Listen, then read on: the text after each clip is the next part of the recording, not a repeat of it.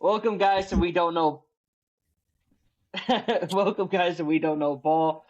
Here with Justin and myself, the retro, not the guest this week. We have the host of the Post Patrol, our sister podcast now, as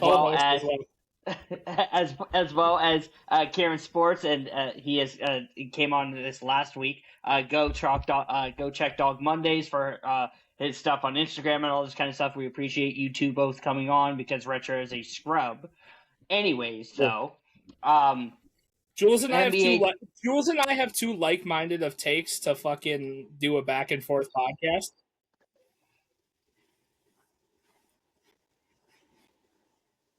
Not to mention Kieran, we can just use you for your audience and maybe they'll follow us at some point. Nah. Dude, listen, before we get into the basketball shit, I said this on many a podcast. I don't care if we're broadcasting to one person or 1 million. We're still going to do this every week, and if you don't like the content you're hearing, then fucking block us, because we're not stopping. Because newsflash, podcast equipment is cheap, and we're going to have an opinion. Am I fat? Yes, I already know. Thank you, comment section. I really don't give a fuck what you have to say. You're either basketball or people that don't even watch it scrolling for on the fucking For You page. I don't really give a shit. Your opinion is literally irrelevant. Yeah, literally. This is what I protect.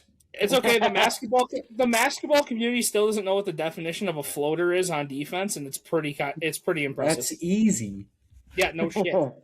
But with before we get into the NBA playoff talk, Here we go. all NBA and all defensive teams first came out, and we want to rant about them. So your all NBA first team unanimously, shockingly, Jokic and SGA. The guy who missed it unanimously because a guy came out saying he still voted for positions, Victor Wembanyama got 99 first place votes. That can be a talking point. Followed by Luka and Cade, and I believe they got the first team right. So shout out to that. The second team, Jaylen Brown, Kawhi Leonard, Kevin Durant, Jalen Brunson, and Donovan Mitchell. And then the heavy controversial and always all NBA third team. Heavily controversial is an understatement. Yes. And this is probably going to be primarily of our talking points unless we want to talk about some other stuff. Jamal Murray, Tyrese Maxey, Jared Duren, Chet Holmgren, and I'm sorry, I forget the last person. I forget the last one. Jalen Johnson? Jalen Johnson. Yeah, it was Jalen. Yeah, Jalen Johnson. We'll address the elephant in the room first. First off, I feel like Chet Holmgren is the only person on the third team that actually deserved to be on the third team. Can anybody please tell me how in the fuck Jamal Murray made this team? Wait, what? Wait, I don't know. Wait, maybe Scotty Barnes. You know, the I guy heavily disagree with that one. Ooh. No, Jamal Murray doesn't belong here. What? No. Listen, if we're going to do it by position awards, sure, fine, why not? But at the same time, if we're going to do it by the best 15 players in basketball in a positionless game that we've already talked about thousands of times, who deserves the vote, Gunner? Jamal or Scotty Barnes? Scotty Barnes, but Scotty deserves over Jalen Johnson more than he deserves over Jamal Murray. I think Jalen Johnson deserves it over fucking Jamal Murray. Fuck no. Hot takes. Dive into it. Reasons why. Let's see here. Number one option of a bad team going through a chaotic season still gets them to the playoffs, or or a really bad Batman to the best or second best player in the world, depending on how you want to do it. Okay. I'll give credit where credit's due. The only reason Jamal Murray got this award, and I'll tell you it right now, is because he held it down while Jokic was out, and when Jokic was there, it felt like he was non-existent. We talked about this whole fake playoff riser thing that everyone wants to go about. I don't think he's a fake playoff riser. I think he just coasts through the regular season, and I think it really showed this year because he can step up and do the job when he's called upon. But at the same time, if you can step up and do the job when you're called upon, there should be no reason that your team shouldn't be the top team in the Western Conference if you have somebody like him and Jokic playing at the same time. Jamal Murray this year stepped up throughout the whole regular season, even with Jokic.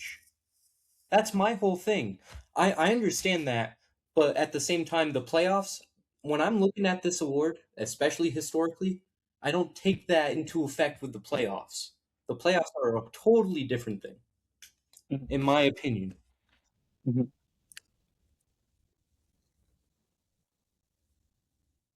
Exactly. You mean Jalen Duren, the guy who's going to get a max contract because awards matter? Yeah, literally. Worst thing. Worst thing.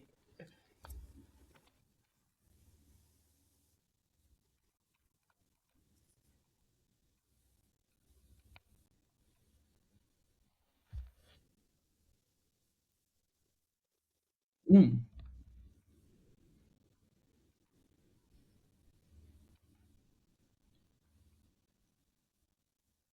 Mm-hmm.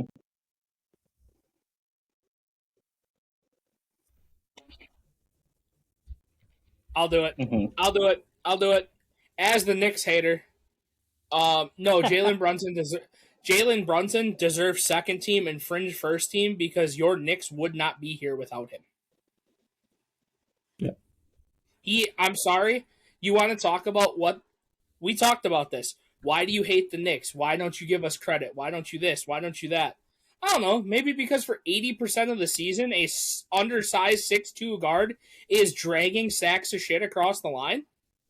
And then, okay, the team helps him out in the playoffs. Like you said, the playoffs isn't what this is judged on. This is about the season.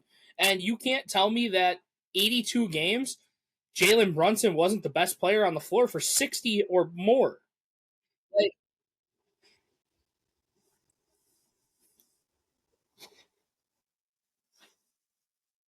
Mm-hmm.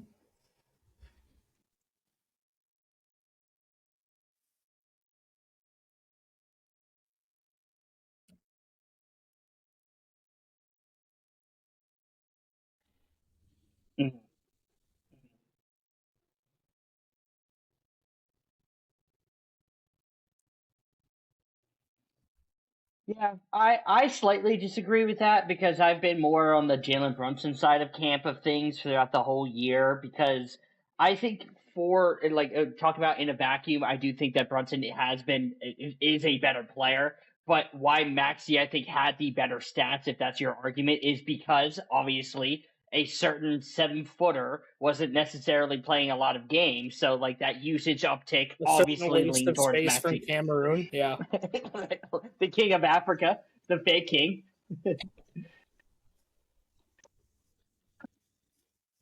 Yeah, for sure, and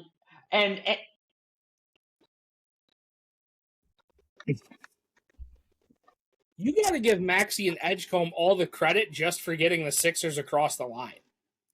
Like, getting them to where they I got, do. you would have never thought. For sure. I I do to an extent. Before you finish, Karen, I don't mean to cut you off.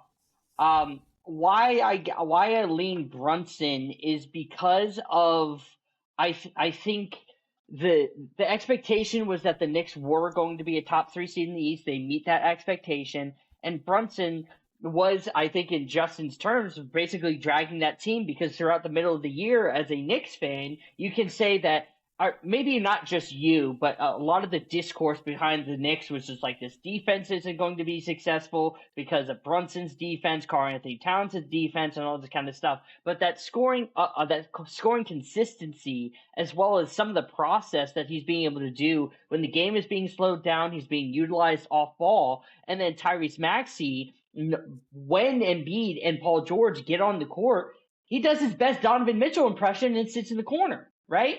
So that's to me to where like at least Brunson's being at least utilized off ball, so he has more complexities of layers in that offense to contribute to the Knicks compared to Maxey, where they literally have to be either off the court or shooting them out of games for Maxey to feel that impact to me.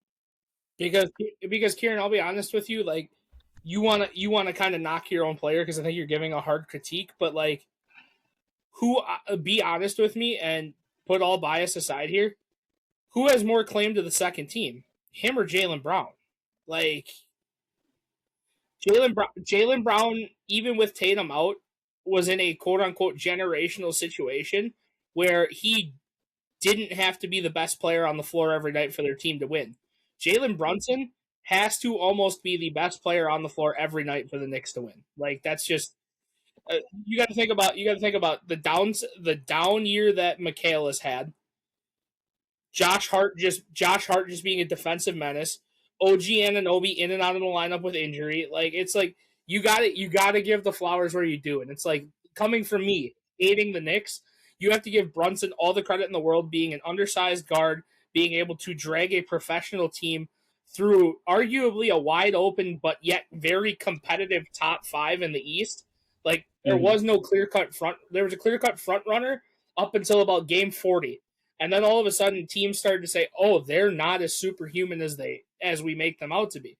Like, so you got to give him all the credit in the world. Like he's got just as much claim as literally anybody else on Team 2. Yeah.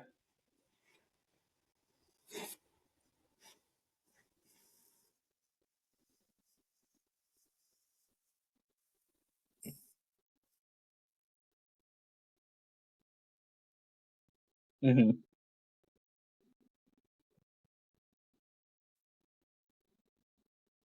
Mm-hmm.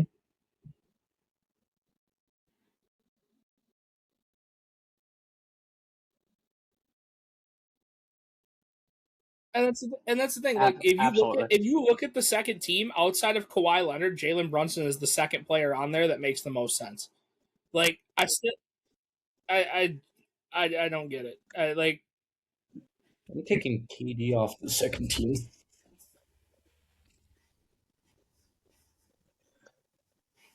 Yeah.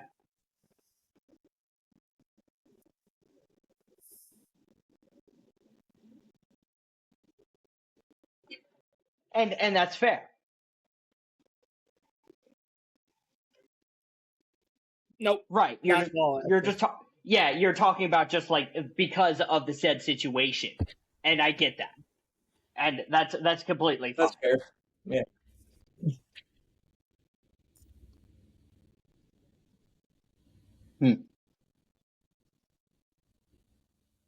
See, Can I explain this one? Absolutely. All right. Kieran, the Boston media is a powerful tool. it is. Yeah. Think about how many sports writers they have that get to vote.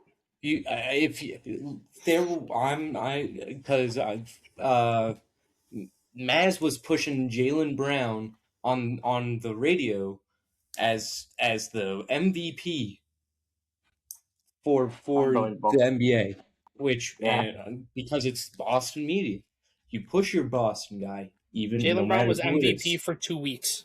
But so the media within Boston sports is so powerful. He can get that. I think he deserves to pull those up as well. The individual awards. I'm probably biased with it, but I have him in the second team. I wouldn't have Kevin Durant myself in the second team. I'm not. No. Scotty Barnes' year was 10 times more impactful than KD's. Exactly. That's fair. And I like as the Jaylen Brown hater. I still think I think he should have gotten second team. I just don't like the at least like the first place votes of him having 44 and Cade having 60, thinking that was as close of a gap as it was. Me personally, I don't think that was a gap. I don't think it's or is that close to it. I think Cade has just been way more impactful for that Pistons team, because if we were talking about take a player off a team, regardless of the sample size, I know that they did win a couple games with Dennis Jenkins having to have his hot shooting, but Cade Cunningham is the life of Detroit. Point blank period. Where when Brown is off the court, I've made this argument this whole year, Derek White's been more impactful. So Derek White FC stand up. we got to see an example of what the Pistons would look like without Cade Cunningham with Indiana Sorry, this Gunner. year. Look at Indiana without Tyrese this year. Like that is an unbelievable downslide and the impact that Tyrese had on that team. But For sure. Jules, you should pull up the individual awards, but while you do that, but outside of the obvious Scotty Barnes, is there anybody else that you feel like got snubbed on third team? Gunner. You're gonna hate this. Actually, Jules, you go. No, you full send it. Full send Alperen Sengun right now? And send yeah. I'm just saying, Alperen Sengun, I think, was more impactful than Kevin Grant was this year. Just because of he was more impactful to KD's Twitter. That's fair. Cook. But at the same time, like Sengun is having to be used as this offensive hub and used as a playmaker, and sort of speak, when he shouldn't be in that role at all. I think he's doing phenomenal outside of his actual role. But he's being forced into it because of how Ime's using him. And I think if he had a secondary or a primary playmaker by his side, his role would have been in a better role specifically, and him being used as a secondary like Sabonis it was able to with a De'Aaron Fox. I honestly think he should have made. Who would have thought that Fred VanVleet would have based this off much what impact? he's doing?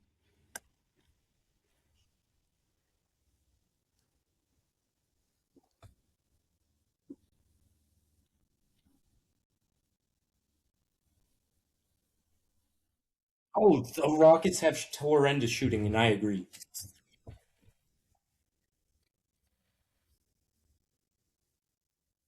No, we're moved by Reed Shepherd. Yeah, I was gonna say we're moved by white boy gangster Reed Shepherd. Exactly. Dude, he's great value Austin Reeves. Cook. I'm just saying. I'm saying Saboner. I'm anybody else you feel left out of the top, left out of the third team? My thing, and I hate his FC because his FC is fucking weird as shit. But like, I'm fine with him because I think he deserves it. But obviously, like the discourse when I talked about like the financials and all this kind of stuff, because I don't think he deserves the money and all this kind of stuff. We're going to see it with Jalen Duren. I think Danny Advia should have been here over Jalen Johnson personally, because like you brought up a good point. Specifically with Jalen Johnson, like leading that team as a 16, got them legitimately in the playoffs. When you look at Denny's situation and he took that usage upkeep. Drew Holiday was not there half the season. Dame Lillard was out. So he's being put in a situation where, again, similarly to Jalen Johnson, he's having to self-create, and basically he's a driving merchant. And he doesn't have consistent shooting around him, but he has a really good defense around him. He has Tamari, he has Don McClingan, he's got Time Lord, he's got these guys to where you can like. It's just more of the fact it's not consistent enough shooting. But I think Denny to me should have been on this third team over Jalen Johnson. I don't know how you guys feel about that. That's my thing personally. That's the only two I would change on that third team is Scotty and Denny. I'm just at the point where I hate Denny Advia because of the fucking it was promised 3,000 years ago shit. Was. So like I'm so overhearing it. It's not even funny. Like I would like honestly like I think, and it's crazy. It might sound crazy to you guys, and this is gonna sound super biased coming from me of all people, but like I feel like if Dylan Brooks wouldn't have broke his hand and basically derailed his season, I feel like he would have been a guy that would have been in this fringe conversation, because what he was able to do for Phoenix this year was unbelievable, with Booker having a super down year and Jalen Green being basically in and out of the lineup the entire season. To turn him into the number one option and basically make him the scorer and do all the things and be able to get this Suns team, I guess, over the hump into a first round, unfortunately, against OKC. Yeah, I give that man all the credit in the world to be able to come in and be instant impact and like look better than he has in his entire career. I mean, crazy enough, we talked about this earlier in the season. It was like he's not playing the game any differently. It's just that the ball's going in. Like, his shot is still ugly as sin. It's flat as hell. But something about this year, the ball just went in. So, props to Dylan Brooks.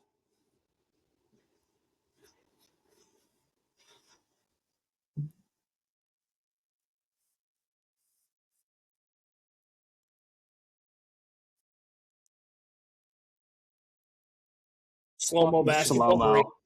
This is crazy. Yeah.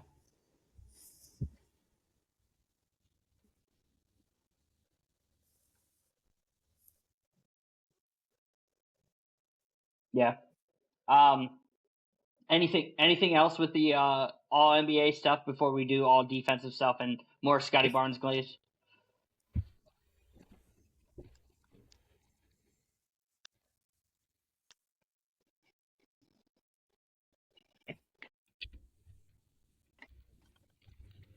Thank you. I'm in agreement.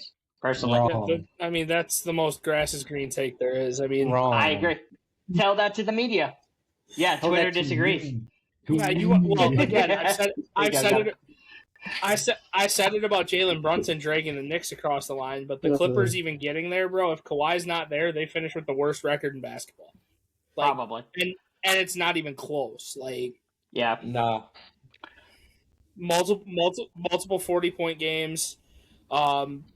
Hottest player through the month of December and into January. Like, he turned back the clock on us. Like, he as Jules will say, he planted some trees and remembered how to play basketball. Absolutely.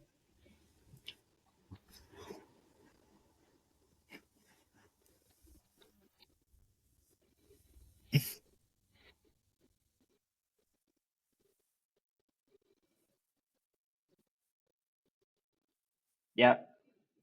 It's got to be the cortisone shots in the knee in the offseason.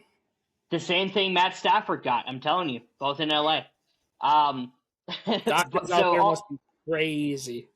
The all defensive teams, unanimously, not surprised, Victor Wembanyama, Chet, Rudy, Asar Thompson, and a controversial one in my opinion, even though I love him, Derek White. The second team was, I believe, Derek White was all defensive first team, yes. All defensive second team, Bam, Carson Wallace. Sorry, my computer just went off. Who are the other ones for Scotty all Barnes, Mason Wallace, Bam had the Mayo, OG Anunoby, and Dyson Daniels. So some of the first people that were off were Amen, Hassel, Draymond, Tamari Kamara. To me, I think other than the fact that I think Scotty should have been first team over Derek White, I think Draymond Green should have been here. And to be honest with you, this might be a hot take and there's no disrespect to him, but I saw his defense right before his iconic better than Kobe game fall off a cliff. I don't think Bam should have been here, to be honest, because his defense fell off a cliff the second half, dog. This is no disrespect to Bam because I respect Bam. I know there's a lot of people who have feelings about Bam, but the second half of the season defensively, hey, Justin, who's the true best center in the Miami Heat? Bam Adebayo.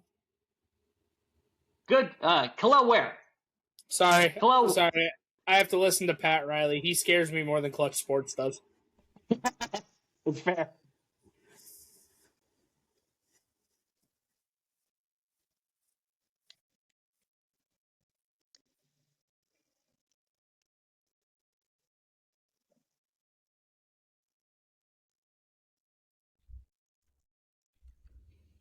That's why I'm making the application for Draymond, because as soon as Steph came out, Draymond, you could argue Draymond take a more of an offensive load, but we all know Draymond stats are like not all that, right? But like offensively, as having to do way more for like pods and Moses Moody and that kind of stuff, Draymond was just as good defensively, and he got better as soon as KP started to get after that trade and he came in.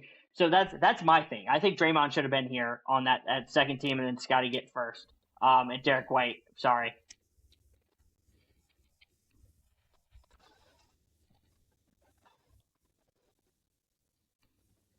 Probably.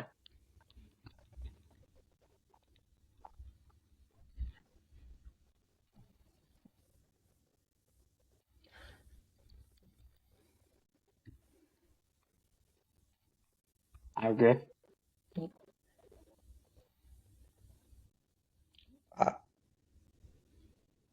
I'm not gonna lie. I'm gonna be a little shocked at this, and I know they just got bounced, and we'll talk about it in a little bit. I'm really shocked Evan Mobley wasn't in any of these conversations this year. And you know what's funny, Justin? Because I was talking about that on my live. We'll talk about that a little bit later. I thought that Evan Mobley missed more than played less than 65 games. He played right at 65 games. Yep. And we've talked about it. We've talked about it enough with like the decline of Jarrett Allen being the rim protector he used to be, and it's like this man is literally a defensive anchor playing behind Donovan Mitchell and James Harden, and this guy is holding this defense together. And I'm shocked he's just not in this conversation at all this year.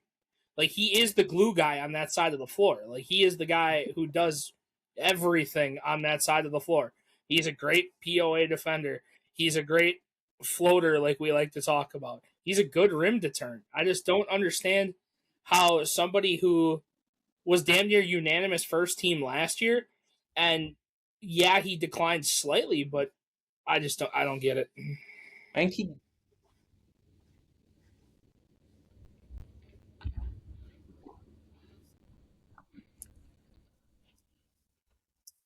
I agree.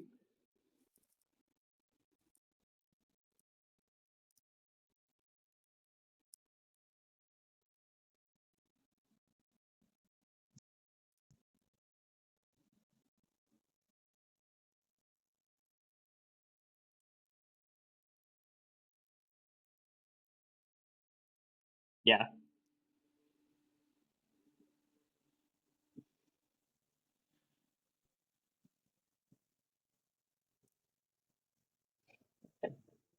Yeah.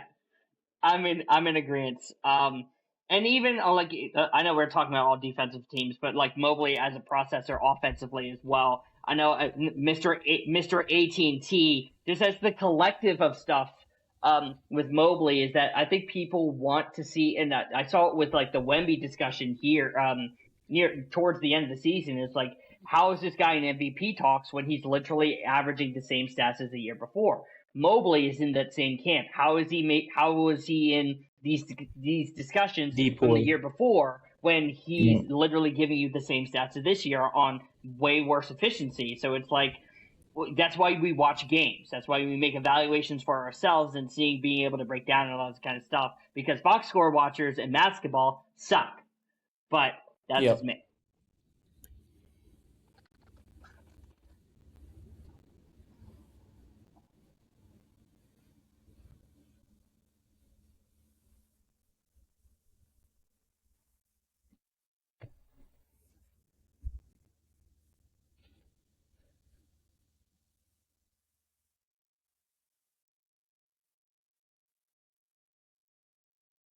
Literally.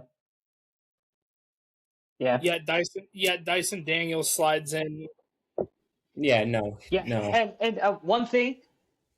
Thank God Retro's not here for this conversation, by the way. Thank you. Because, like, I was having to argue, Gunnar and Kieran, because we weren't talking at this time last year when we were doing the podcast. I was having to fight this motherfucker Dyson Daniels depoy talks. I'm like, Dyson Daniels did not deserve, because Dyson Daniels came in second. And this guy Retro was like, well, he averaged the most amount of steals. That has to be depoy candidate. I'm like, no, it's Mobley. He was averaging like 3.6 steals last year. So he was going crazy. Yeah. He was going crazy, but how many steals was he averaging this year? It was like 1.7? Here was my logic when I argued with him. I said, do you know how many times Curry has led the playoffs in steals? And Curry is a terrible defender. That's what I'm saying. Yeah. That was literally my whole argument. And it was like, you're not like there's going to be rare times like if Victor Wembanyama, Chet, and Rudy didn't like if they weren't living people, you could make a real good argument that Asar Thompson deserved the depoy. I think wing defenders should be valued in the depoy only talks. That's a dethroning one of these bigs. He's the only one. I agree.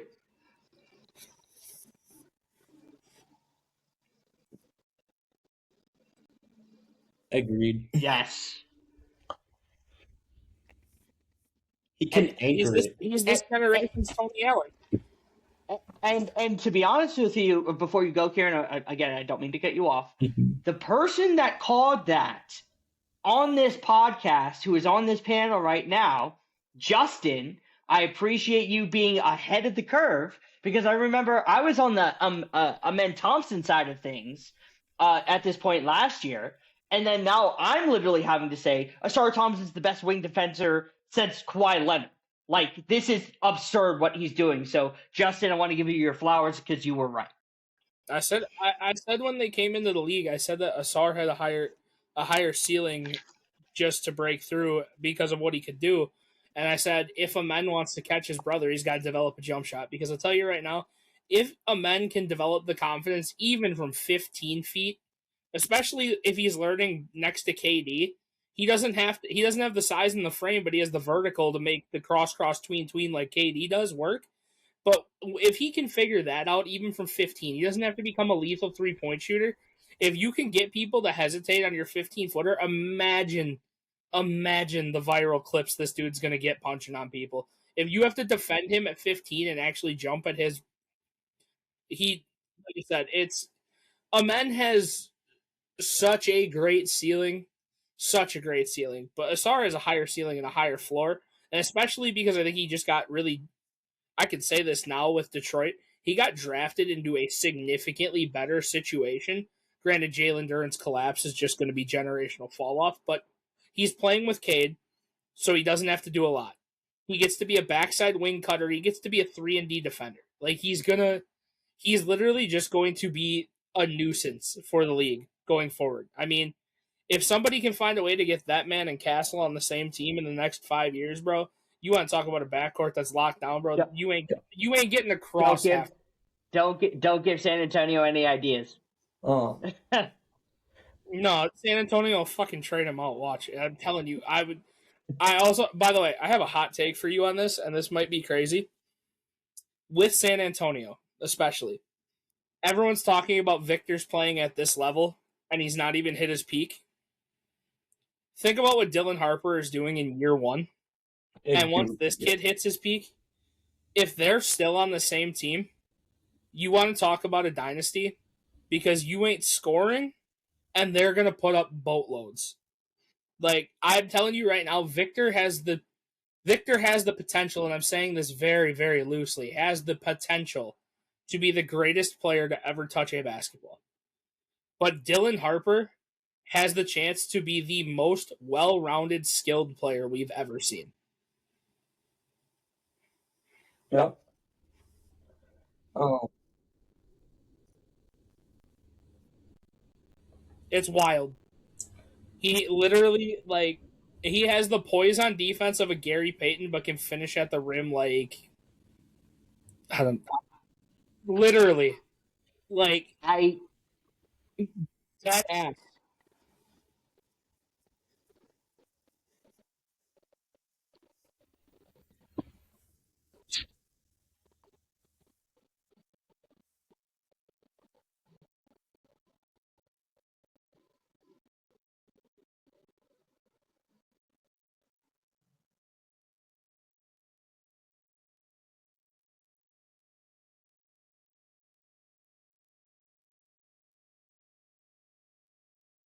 San Antonio has a big decision to make, and I really do feel bad for you, Jules, because I wish De'Aaron Fox's contract wasn't so fucking big and you could offload him.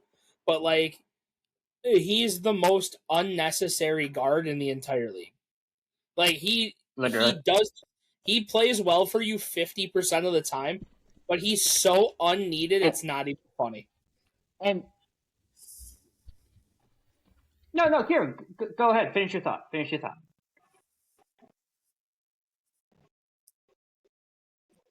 No, he's Yeah. unnecessary regardless.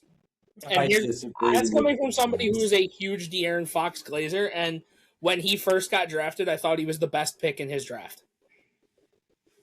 Mm-hmm. And he showed it for a while in Sacktown when he was the number one option, when he basically went 2 months in a row putting up 30 a game. Like, he was going crazy. Yeah.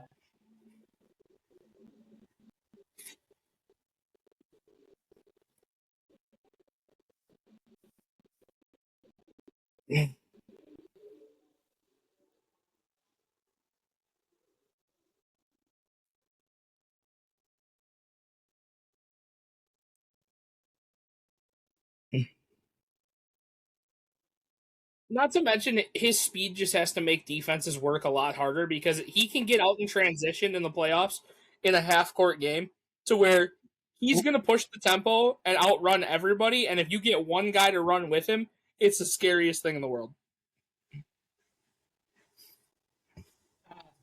Two things on that. I wanted to shout out your boy Kieran Casual because I was talking to him right before we did the podcast. Breaking down tonight's game.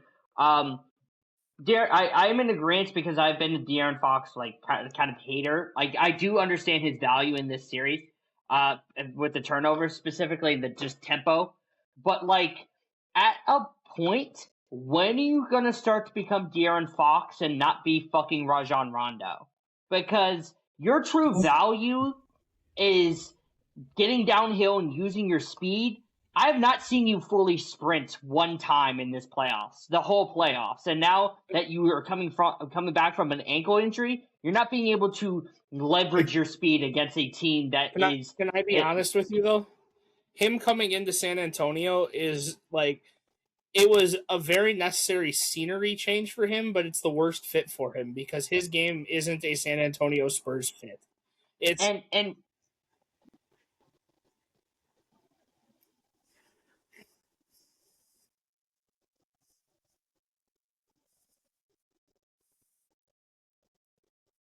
because they never thought that Dylan Harper was going to fall in their lap. Yeah. And what angers me is specifically about like De'Aaron is that people are still thinking that it's 2023 De'Aaron. It's not clutch player of the year De'Aaron. It's this mold of De'Aaron Fox of where he is showing like a vet guard tendencies of slowing the pace down, being able to change tempo and all this kind of stuff, which is extremely valuable. I'm not trying to belittle what he is doing, but again, for this team specifically, it's not needed. Like it really isn't. It is for in terms of like the half court set to get people into spots and make sure you have the controlled chaos and make sure everything's where people are. But in terms of his value for multiple series, I'm just not seeing it because Castle has outperformed him for two series. Dylan Harper has outperformed him for two series. And now that he's hurt and coming back in game 3, now he's in this predicament where he's having to be thrown into lineups where Mitch doesn't know where to throw him because they've already made the set adjustments to what OKC has done. Well, and now he has to figure out where things need to be. You know what's crazy to me, and I've kind of noticed it as San Antonio's gone on, is he's following a certain former point guard's career path. You know, going from being the number one option, having to put up XYZ amount of points just to carry a team across the line, to I have to slow down, play half court basketball, become the playmaker, do all these things. Now I'm talking about Chris Paul. Oh, yeah. He's going from a ungodly, unbelievably terrible situation to where he has to be the number one scorer every night, put up ungodly numbers just to get his team a win, to now he has to slow down, be methodical, set up sets, let his team get set, and just be the ball handler and be a playmaker. He's doing it. If you watch it, it sounds so asinine, but when you watch what happened from Sacramento to San Antonio, it's literally watching what happened to Chris Paul from the Hornets to the Clippers. He has to slow down, be methodical, let the offense set up, let a screen come and develop, and then either dump the ball off to a cutter or get it to a shooter. It's the same tendencies that we're heading toward, and I just don't want his fall off to be as bad as Chris Paul's was. That's fair. That's fair. Uh, but do we want to get into the Western Conference Finals now and actually break down the series? Do we have anything let's. to add? No. Gunner, anything on that?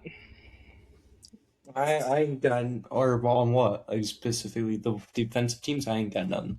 Nothing. All right. That's fair. Yeah, so... Actually, one quick thing, sorry. Jaylen Brown got 7 votes, that's all I have to say. That's nothing. Jaylen Brown got some votes. Yeah, known two-way defender, known two-way defender, number one option, Twitch bitcher, Jaylen Brown. Yeah. Western Conference Final first. We'll go into the only series that's still active. What are our real thoughts about games 1 through 4? I'll kick this. The first thing I'm gonna say is, boy, does the NBA really want this to go 7 games. And you can tell by not just the teams playing, but the referee crews. I bitched about this. In the first round when my Suns played OKC because I didn't believe that we were a sweep, and everyone else did, but I didn't believe we were a sweep. I believe we belonged to get 1 game, at least 1 at home. But game 4 of our series, I bitched about it already on a previous podcast. The referees in Phoenix, just everything. The Duke whistle, we couldn't get calls. We were getting hammered. It was the worst officiated thing. And watching it so far in this series, it has not been as bad as that game 4 was for Phoenix, but it's not great. And I've been defending OKC for a good amount of time now because of everyone basically is just hating because their team isn't in as good of a situation as OKC is. You can say the refs are helping them, but at the end of the day, they are the best or second best team in the league, and it's not close, even if the refs weren't there. On top of that, there are calls both ways that aren't getting called. I want to talk specifically about the end of the fourth quarter in game 1. Shea Alexander goes for a layup and gets absolutely drilled in the back. Yes, this man does flop a lot. I'll be the first person to tell you he does flop a lot. But when you can watch this man's head go from here to perpendicular with his body in half a second and then slide 12 feet across the floor, that's not a flop.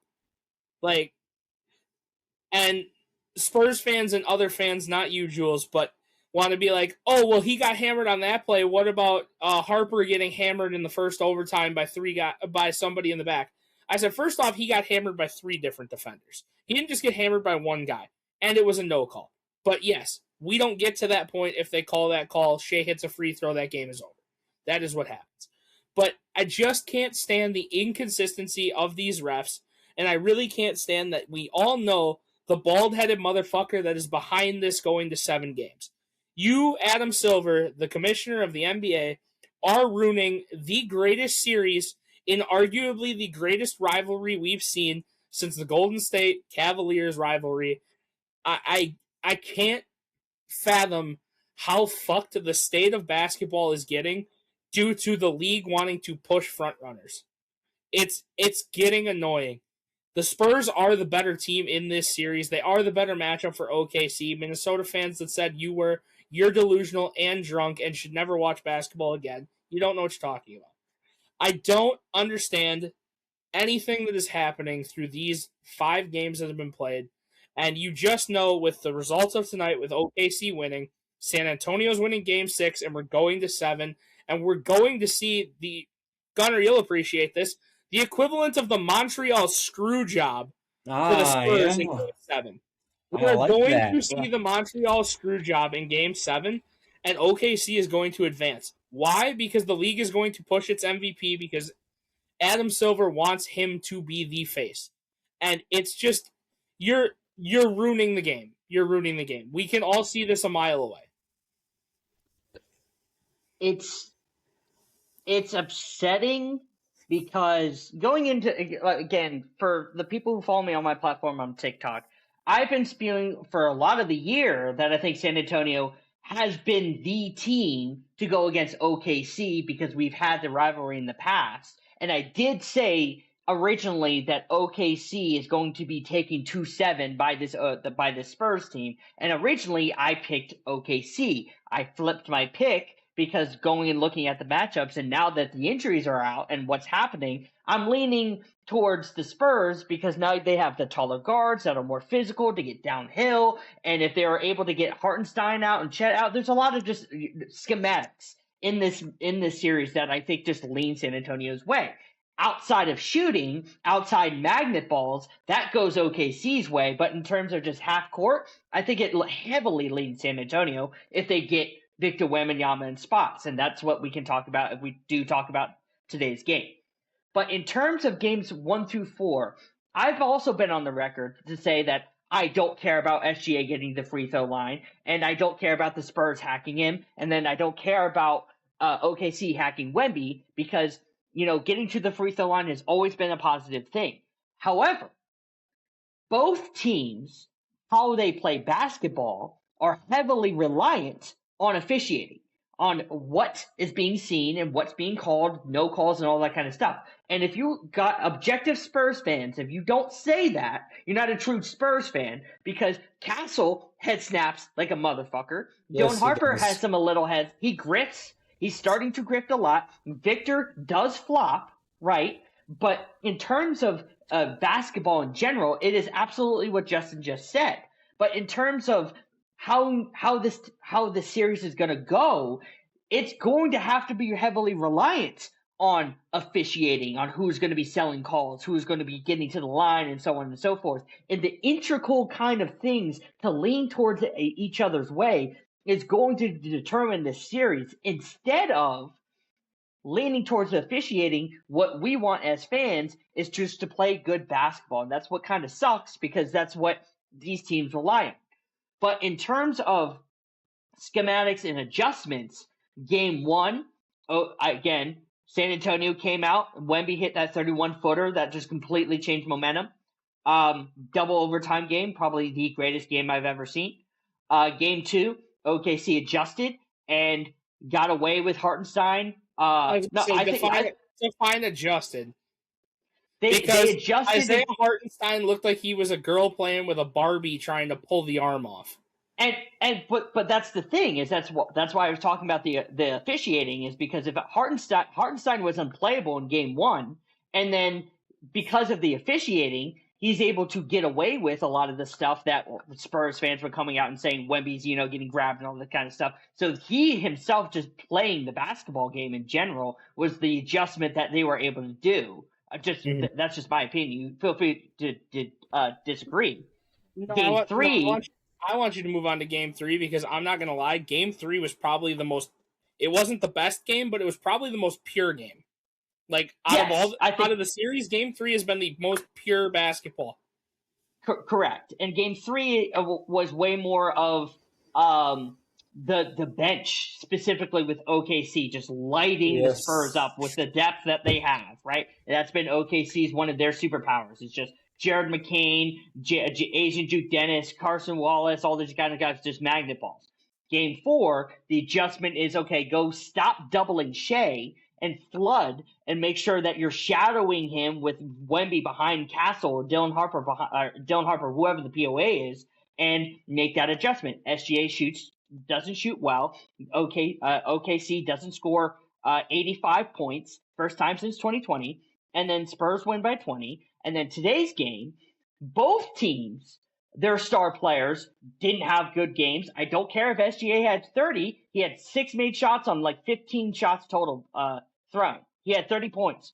Yeah, yep. 17. So it's again, it's more about the bench pieces when Jared McCain gets 20-plus points, having to step up in a big way, and Alex Caruso stepping up and all this kind of stuff, to where now San Antonio couldn't hit a 3 to save his life, and the best offensive player was probably Julian Champagnie, in my opinion. So now the adjustment is Victor Wembanyama and Mitch Johnson. Hey, I'm 7'5". I need to go get to the rim. I need to go run plays so that I'm being able to get way more easier shot attempts at the rim and with offense and that kind of stuff. So this is where I think that leans towards San Antonio, and I'll wrap up in a second. That leans towards San Antonio to maybe a blowout, and then again the pivotal Game 7 that I think is going to happen. But in terms of everything, it is kind of sucky that officiating is so heavily reliant in this series. It's taken away from the watchability. Before somebody else goes, I'm going to give a shout out to somebody that Jules just mentioned. Jared McCain might have had the greatest post-game interview out of any player in the last 15 years. When asked about the 76ers and their state in the playoffs during his interview after his big game, he goes, "I'm just out here to prove the doubters wrong." The shot fired at Philly in the most PR way possible was unbelievable. So shout out to Jared McCain for actually, getting his chance. Because I'll tell you right now, 2 out of the 4 people on this podcast really shit on him because they just called him TikTok boy for the longest time. Gunner. He is TikTok boy. He is. So shout out to Jared McCain for showing that this man's actually here to hoop and he's here to stay. Because good for him, yeah. Him picking this team up, I mean, what was it? Was it game 2 or game 3 where they had like 70 points or 80 points off the bench? Like, unfathomable. Of him, yeah. Him and Jay Will. Both of them. Jay Will, and AJ Mitchell have been something. I think they've been phenomenal myself. Yeah. Gonna go. Was a great elevator to show that he can hang. Yeah.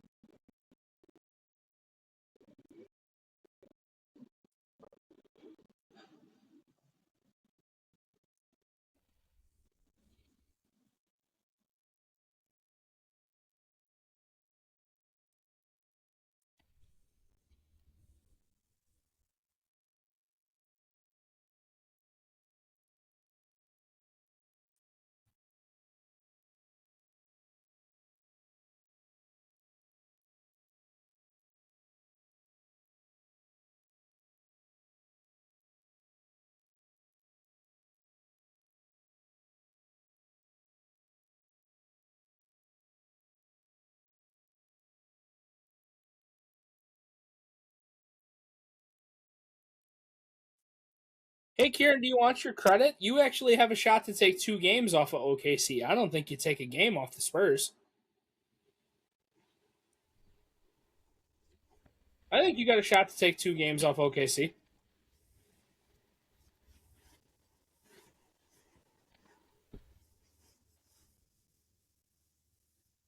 Yeah, but Brunson's whistle's as strong as their team's.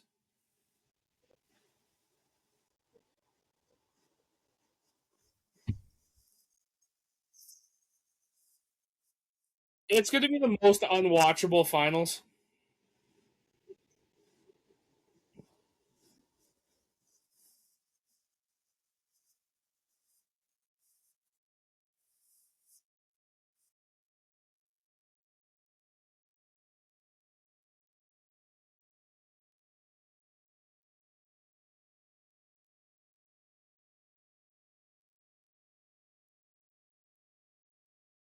That's another thing you just brought up right there is I think that Cat's got a chance to actually, be an impactful player against Chet or a Hartenstein versus a Wemby.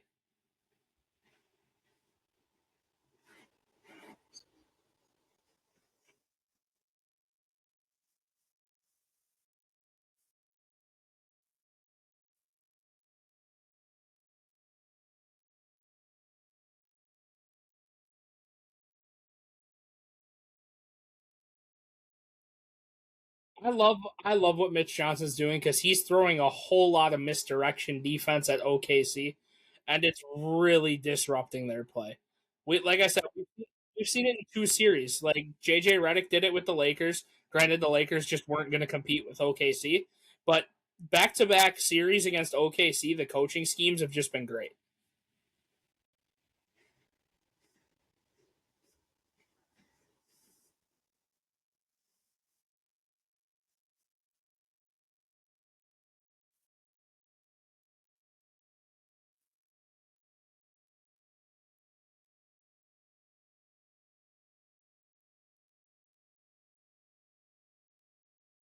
Fair.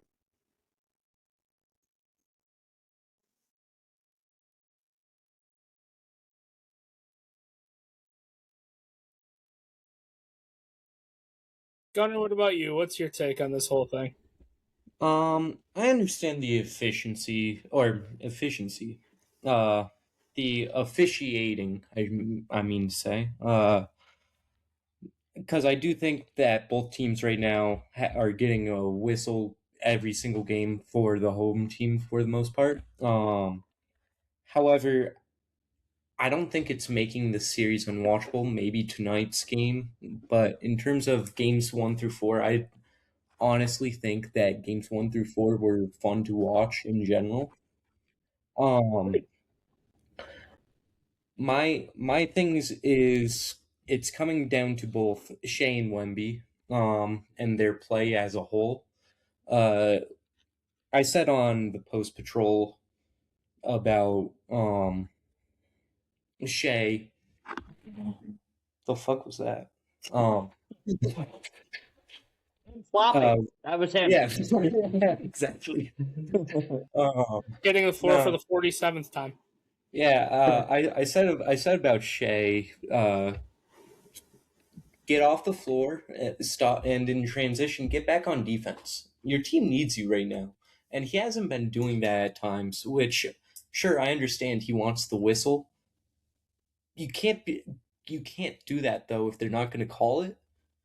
You have to get back on defense. You need to at least be somewhat of help, right? It's literally the most unethical, ethical hoops I've ever seen. And then with Wemby, like Jules was getting at, fucking play in the paint a bit. I don't figure out some sort of post up, you know. Could just get in the paint, work in the paint. That's where you guys' strength has been all Dude has season. enough shooters around him. Like, go draw the double and triple teams and kick that shit out.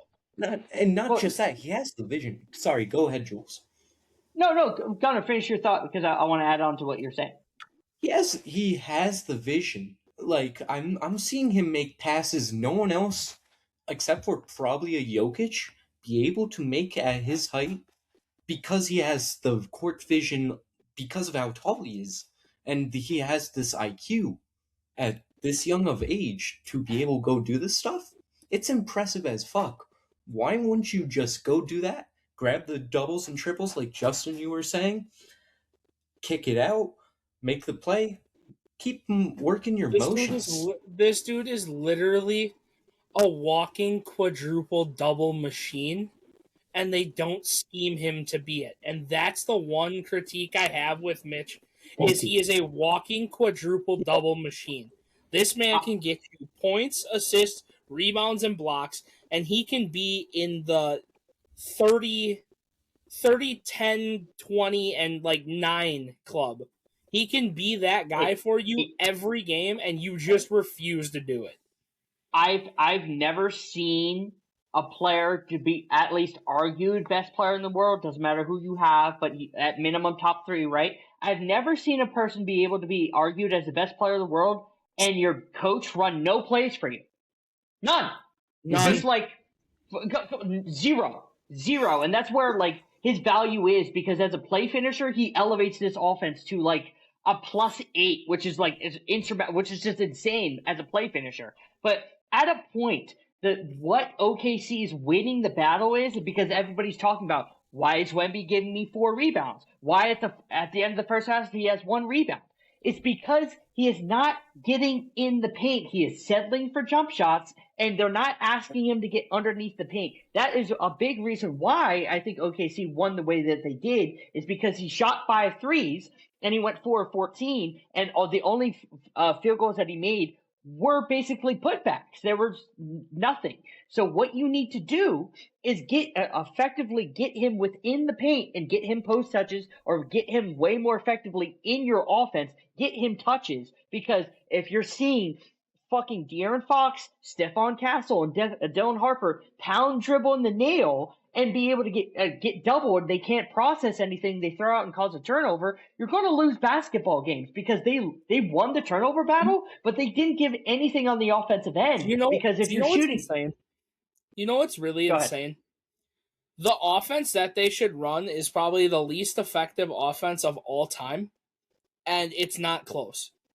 If they treated Victor Wembanyama the way that the Knicks treated Carmelo Anthony, and you fed him at 15 feet and let him back down dribble and play make or just spin and finish off that, he might just be the unanimous greatest player in the world. Well, and that's the thing, is that they do that, but they put him in disadvantageous spots, because at near the nail he'll get a nail touch, but but then everybody's around him, he's literally at the free throw line, and it's that's so much easier for a defense to go literally collapse and on this side. Because I do understand, if you're on one side of the court, it's easier for somebody to come around. You have to go spin baseline or something like that. So it's easier for somebody 7'5" to look physically around you than it is on either on either wing.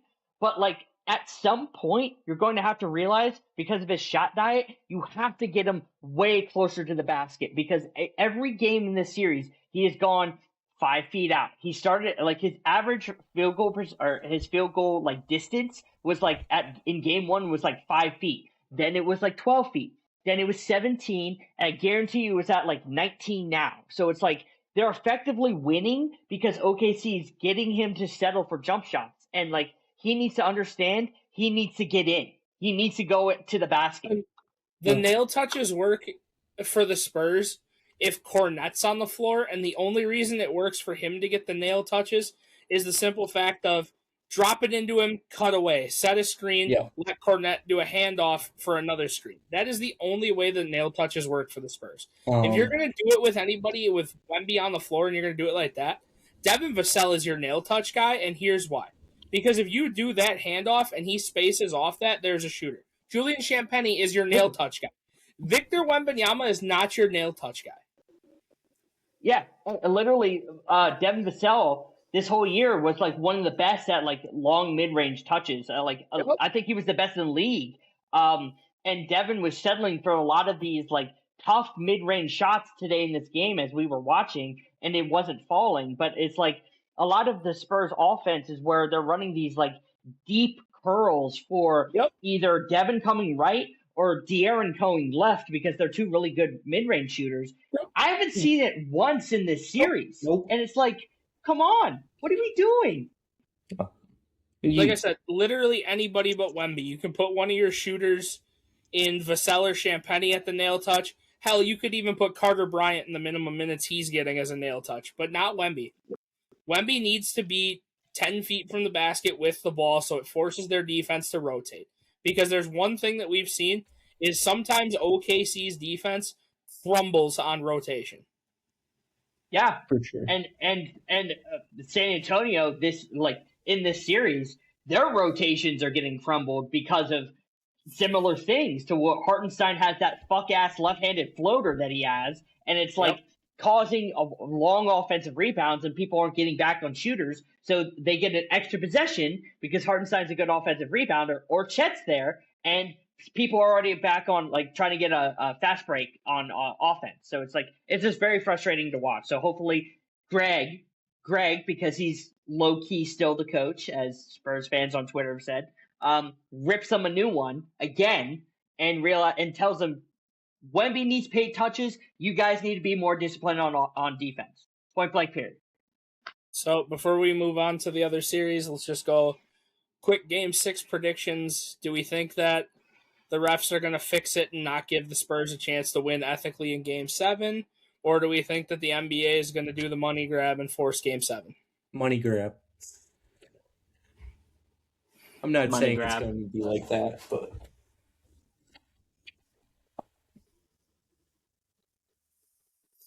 I'll tell you right now, we've talked about, Jules, you and I have talked about this plenty of times.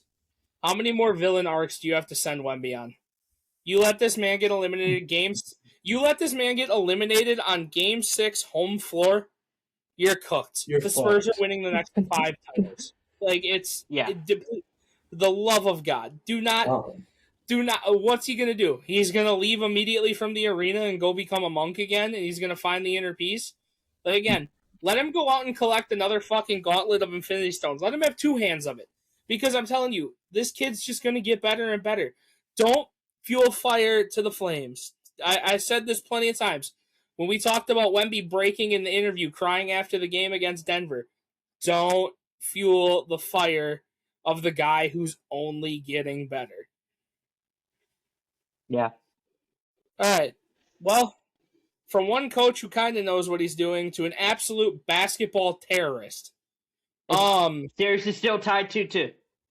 Yeah, I'm talking basketball terrorist in the Eastern. No, they won. They've won. No. They won the series analytically.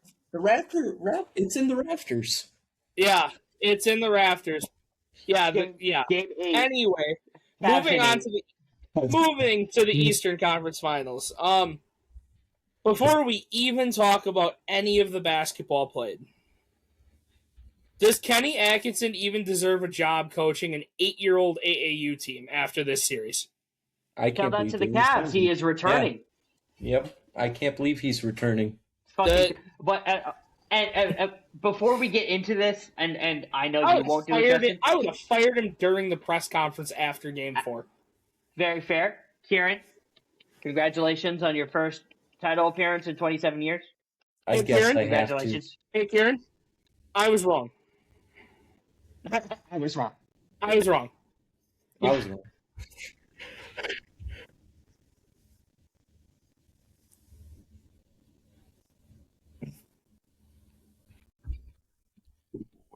Oh no, they had a chance, but apparently, the greatest playoff drought in the history of life, the greatest comeback in playoff history, the worst collapse of all time, basketball terrorism, anything under the sun you want to use for the definition of what in the fuck happened in Game 1.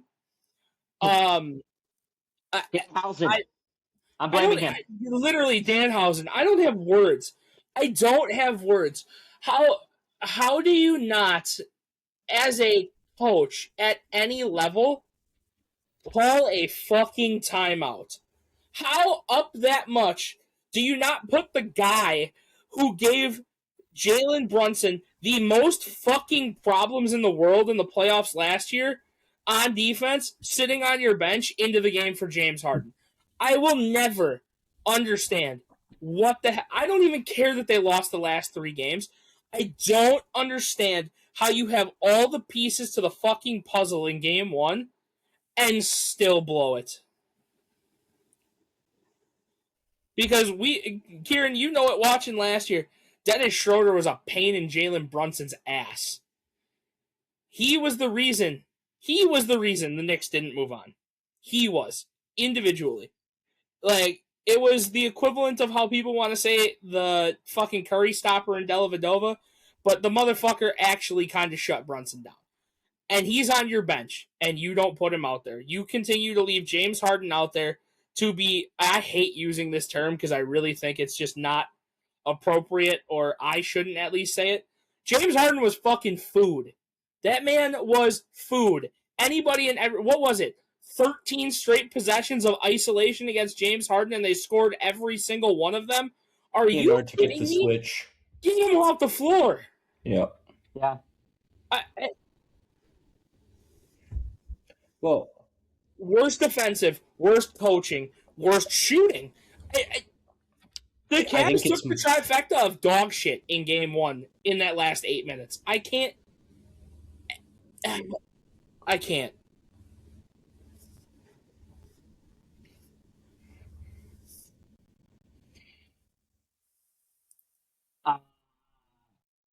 Yep. Yeah, the role players. Yeah, the 3-point shooting and all that kind of shit. Yeah.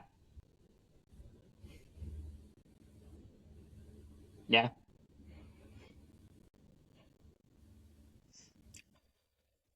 Hot shooting.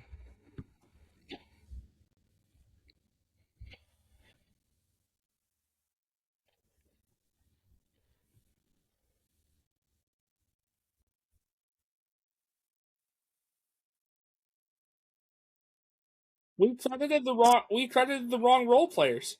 We talked about Cleveland's. Landry Shamet came out and showed him that fuck you. Yep. Are you kidding? The Landry Shamet Shamet? series. Landry Shamet, TJ McConnell of last year. But he can shoot the ball.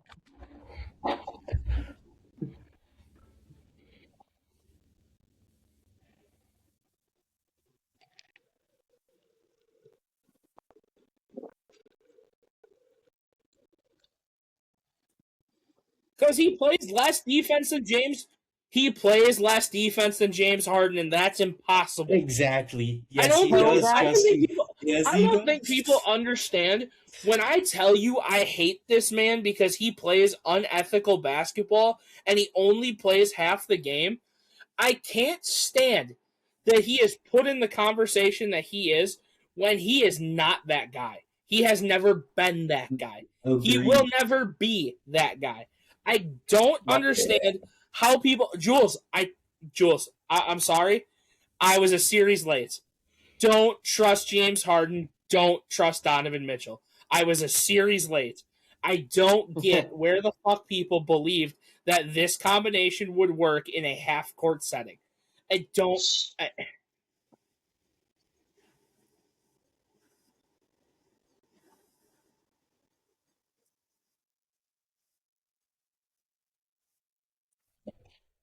Exactly.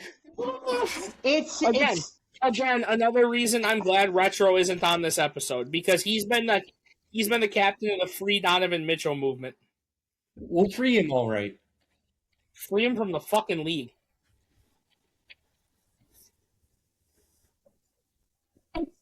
You know what's funny is because I looked at it after that game 4. Everybody says the same thing because all in the elimination games, Donovan's the only one that shows up, and everybody else. So it's a fake narrative because they don't remember. It's recency bias. It's a drug. Donovan doesn't show up for game 3. Game 2, I think he was fine. Game 1 was just trash. Like it's this weird thing. It's this weird thing that like. I don't understand what everybody like looks and sees because they just see that he's an explosive scorer, and I understand that. And where Justin and I have had conversations about this year is where I was giving Donovan Mitchell his flowers. You guys heard me say this is because when Garland got out and he was able to play make for this team, I was very impressed. So I'm like, even though I don't like Donovan Mitchell, I'm gonna give him his flowers because mostly. I've been on Justin's side. I've been Team Devin Booker for the majority of the 2020s. But then I conceded and say, okay, Donovan Mitchell, the injuries are there and all this kind of stuff. Now he has the help. Now I think this is the best situation in the East this year. All this kind of shit where it's perfect. And he shows up in game 4 and he has the funniest videos, him talking to all the role players and they're just not engaged whatsoever, right? It's this kind of thing to where he has never been the guy because he can just score and do nothing else. He can't do anything else. Jules, I want to correct the statement you just said. It's the second funniest video because by far the funniest video to come out of these playoffs is Kenny Atkinson after Game 3 saying, analytically, we won 2 out of 3 games. I don't give a fuck that you analytically won 2 out of 3 games. You fucking lost and are down 3-0 on the brink of elimination. How fucking stupid are you? Yeah. Who is the owner of Cleveland and why does he still have a job? I don't.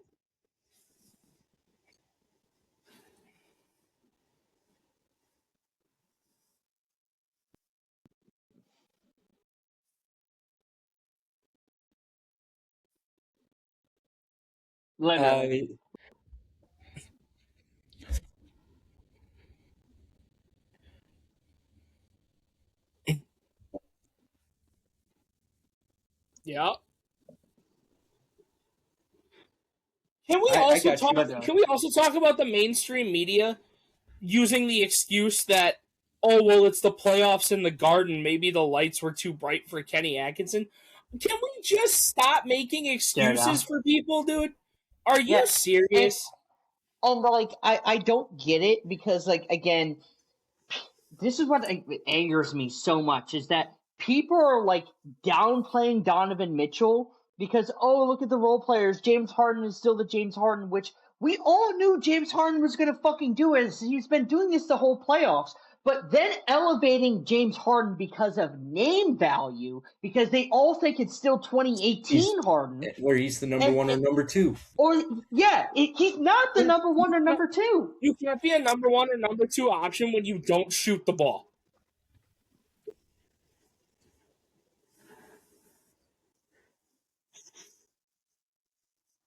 Where? What has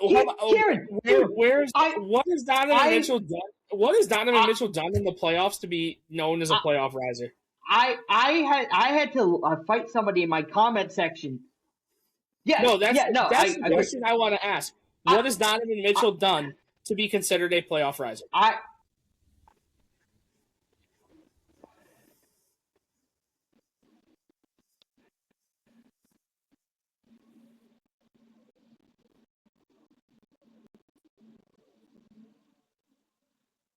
Yep. 6.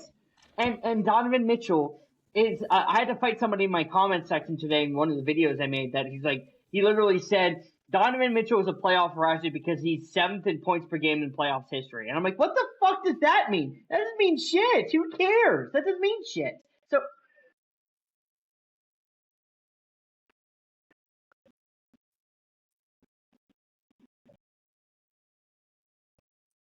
Yes.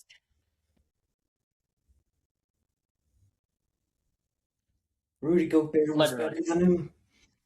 Yes. Literally. Yeah. It's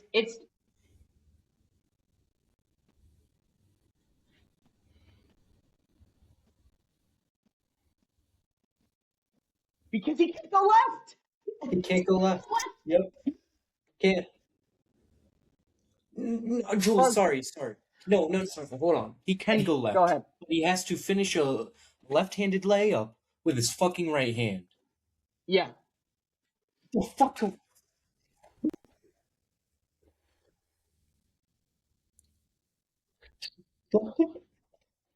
Right-handed layup? Yeah. It's like to the point where at this point in juncture, Cleveland Cavaliers fans, listen up. I'm going to clip this specifically for you. I don't care what you say. If you think trading James Harden at this point in juncture, that's not helping you. You're getting second-round picks and bullshit. Trade Donovan Mitchell.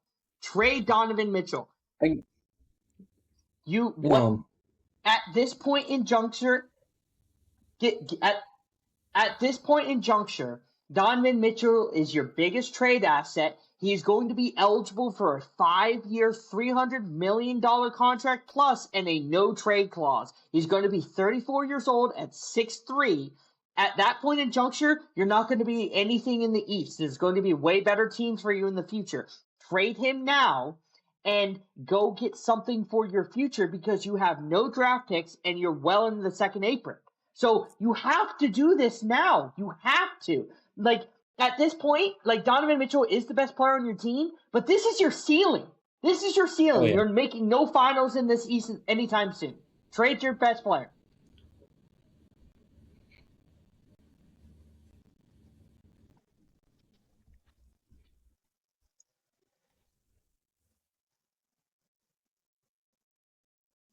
Yeah.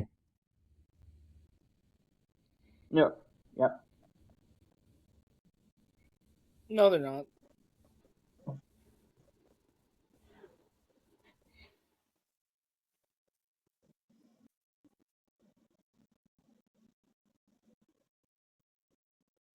Yes, you are the Minnesota Timberwolves of the East. Uh-oh. That's what you are. You're at best the third best team in the East because you have interchangeable.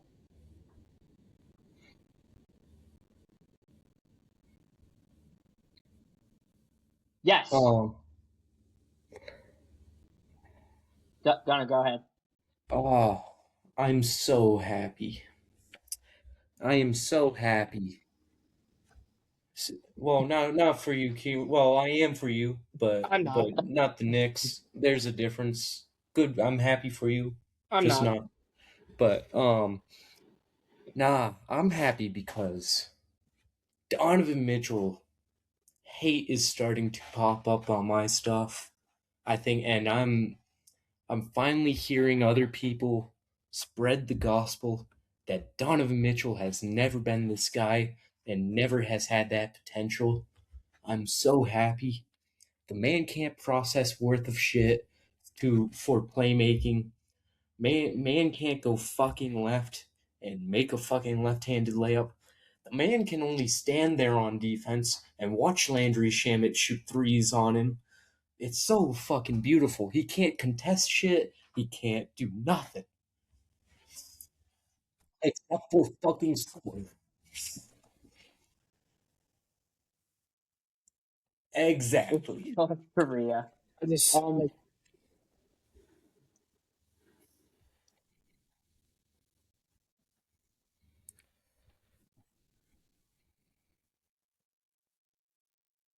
just I just want to know how there are fans of this guy. How can you sit there and be like, "Yeah, man, I like what he brings to the table. I like the way this guy plays the game."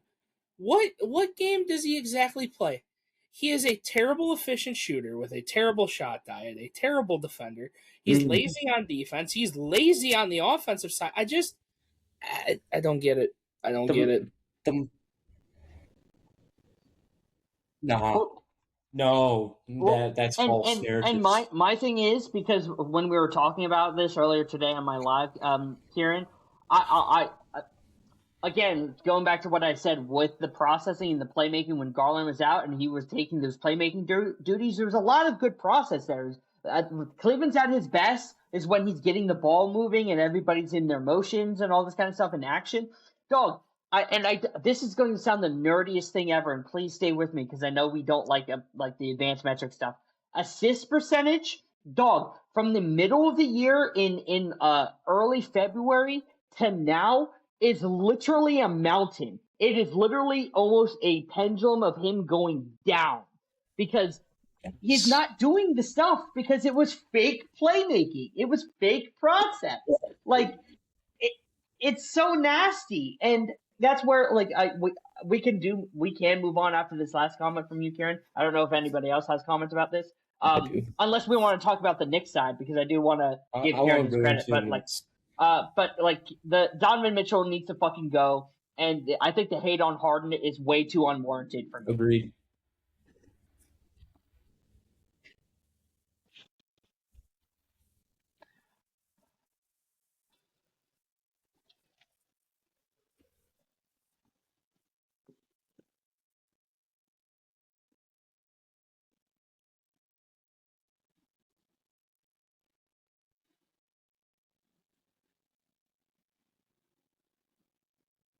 Well, Harden can play off ball. There's inability to close. It's terrible. It's terrible coaching. Think about any time that they played a game during the regular season, and it was the end of a game. Did they scheme up a play? No, Donovan, go get the bucket. It's ISO ball. You know what's crazy? They try to do what Brunson does, and they can't do it. No, they remind me of my team. Heavily. Yeah, they do. I've been screaming this shit from the top of my lungs since at least 2020. It's Jaylen Brown go. It's JT go. Mix in fucking Kemba Walker at that point. Or even Derek White now. Mix it in. Oh, fuck. It pisses me off when they play that type of shit. No better point guard than Kyrie Irving, by the way. All right.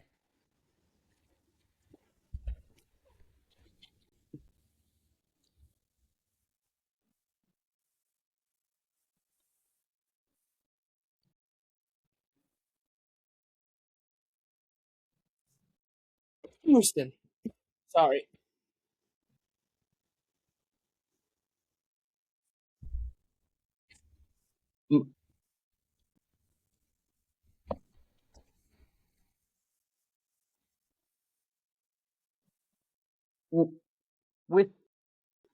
Don't do it. Don't do it.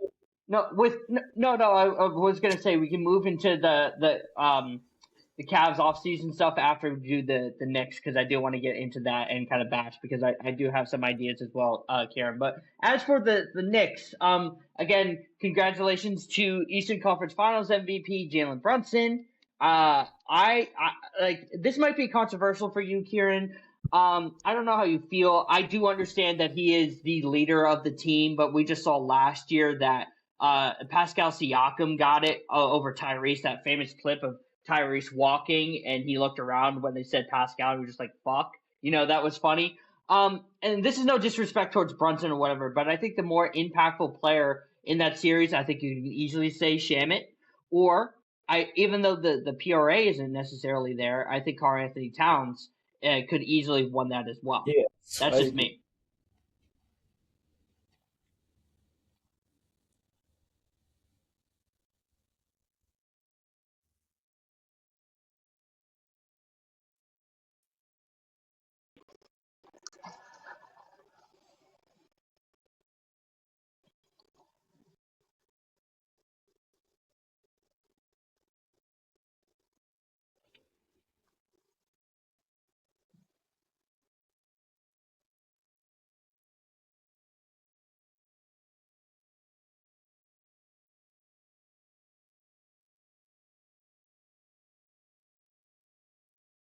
Yeah. Mikhail has a great argument. Yep. Give me Joshua.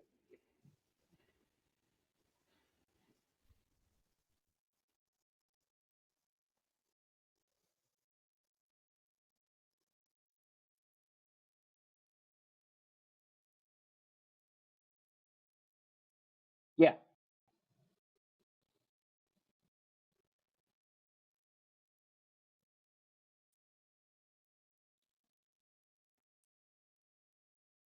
I gotta start glazing Carl Anthony Towns. I thought I'd never say that. No, he's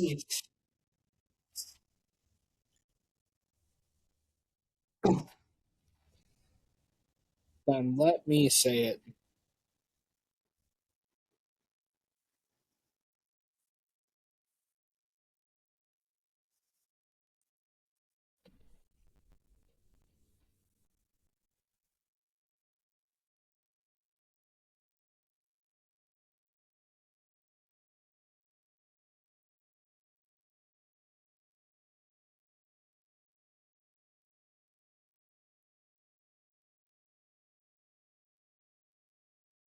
Defendery.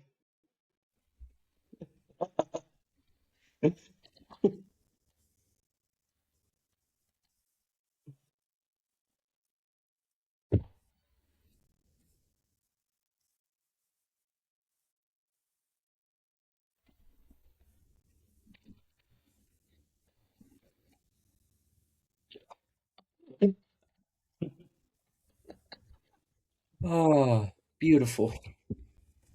Pablo Pergoni.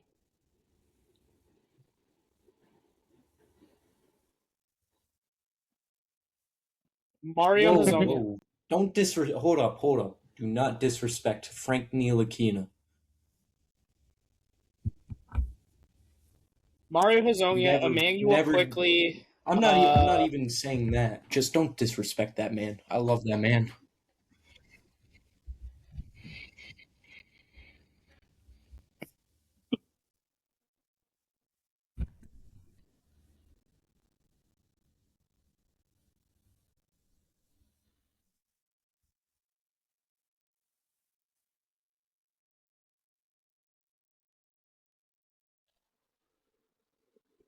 Please let me say it. Congratulations on the softest road to an NBA Finals in history.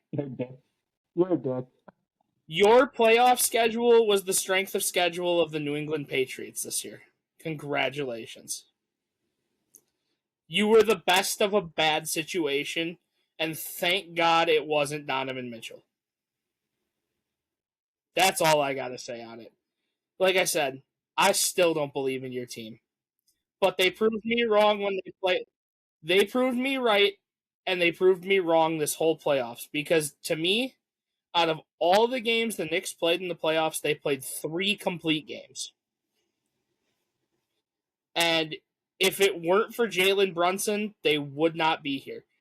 That is why I believe wholeheartedly he is the MVP of the Eastern Conference Final, and he definitely deserves that accolade for the simple fact, even if he wasn't the best player in the series by judgment, Jalen Brunson carried this team. Cat was a sidekick and did his job. OG would be the next guy up if I were really giving credit to anybody else, because I still believe that OG, outside of Asar Thompson potentially, is the best defender in the league. He is the best on-ball defender in the league. That will not change for me.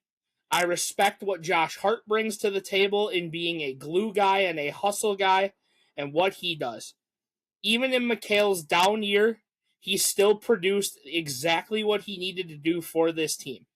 That is why I will always refer to the Knicks as Brunson and friends. It just matters what level of the friends are going to show up on any given night. Because you can see Cat go from... Cat, to me, is the center version of Chris Middleton. He's either a prime form of somebody insane, or he is certifiable dog shit. And there is no in between. So Connor, I any thoughts? will give all the credit in the world to your team for doing their job. Because if they didn't do their job, we would have to hear nasty Donovan Mitchell narratives for a whole offseason. And I don't think any of the four of us want to hear anyone bring his name up unless he's getting traded. I don't.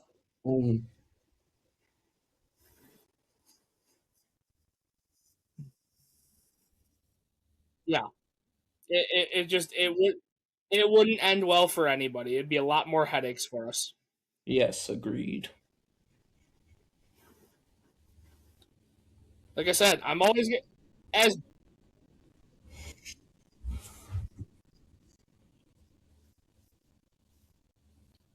biased as I am against hating the Knicks, I'm going to be impartial when I critique a team. And I think that their identity problem is they are a bunch of individuals that play individually very well. I think they really do need like another Josh Hart type guy that can be like, hey, we need to do this together.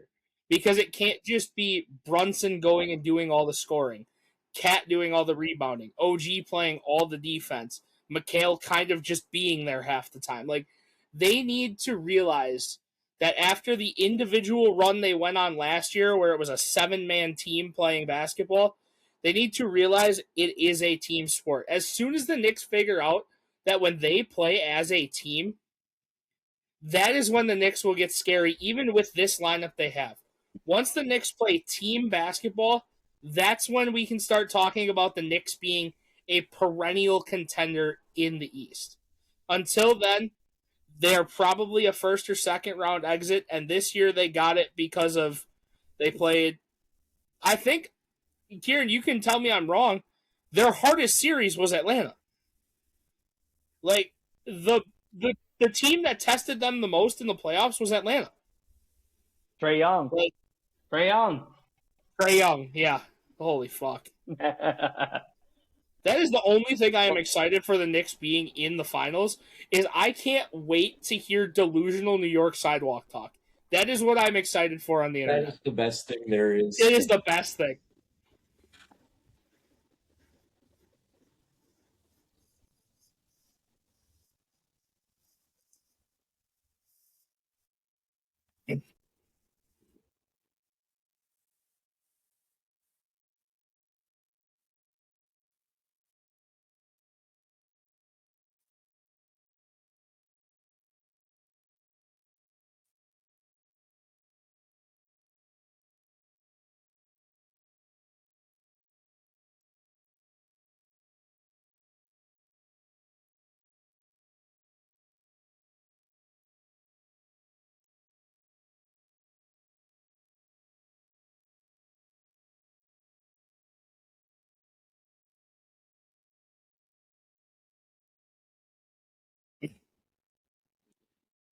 I think Mike Brown is the coach of the future. I just need him to actually coach.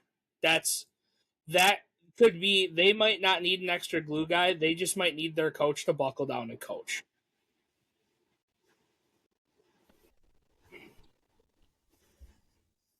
No, Where's he gonna? I was gonna say Let's Gunner. do it. So for me, I will say Mike Brown has impressed me. He's starting to turn Cat into a person I'm gonna have to like just based off how I glaze my centers who play make Sabonis and Sengun. So I'll good There's for New definitely York. going to have to be some Cat reevaluation after this year. Oh, like all time stuff. I got you. I already. I don't know started. about all time, but maybe where he currently stacks in the league. In the league? Oh yeah, for sure, as well.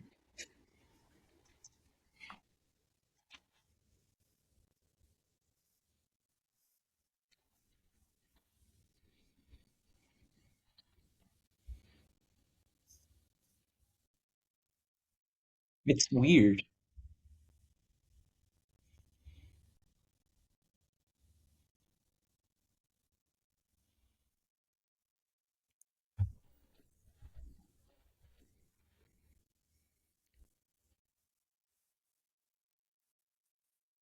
Agreed.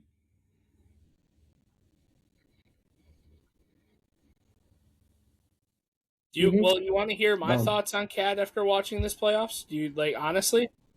Outside of Victor and Nikola Jokic, Cat might be the most versatile center in the league. He might be the third most versatile center in the league. um, and with that, like, I believe if Mikey Brown uses him correctly in that stationary playmaking role, which that's to me why he's been inconsistent throughout the regular season is because Mike Brown wasn't just doing it properly with him. So I can get behind that. OG Anunoby's been fantastic throughout this whole playoffs. But he just needs to stay healthy.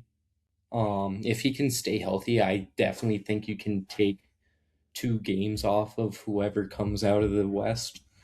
Josh Hart's been fantastic. You guys just need to keep playing perfect.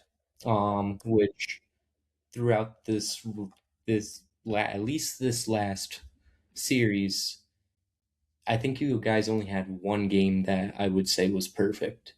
Otherwise, it was sloppy basketball, in my opinion. I could be wrong. No, just this series. I think the Knicks are the team that's made the least amount of errors in the playoffs. Which is fair.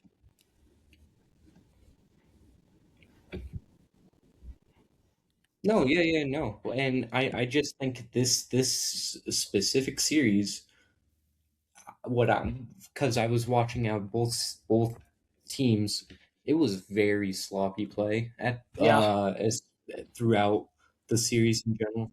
Yeah, that was Especially fucking in the first half. nasty. It was disgusting basketball.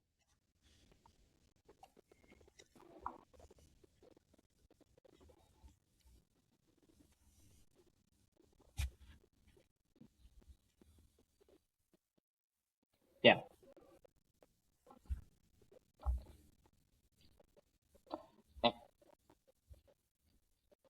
Yeah.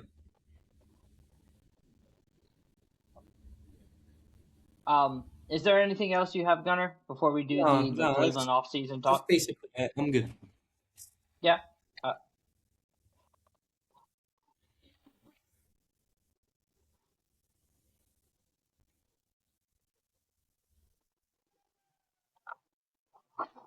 Even if you get swept, just make them games.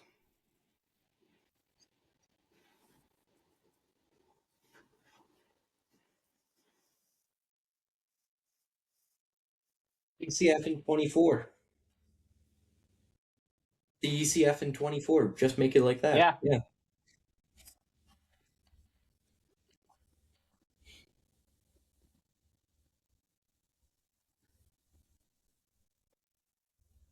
They're playing Yeah. with house money. You might as well try and run with it. Exactly. But in terms of, because I know, Justin, we wanted to touch the Cleveland offseason moves before we do get out of here. Is that correct? I'd love to, but like I said, I mean, with what we already know about Kenny not leaving, they ain't doing shit. I'm sorry. What we can talk about what they need to do versus what they're gonna do, but like, if they ain't firing that man, they're not doing shit.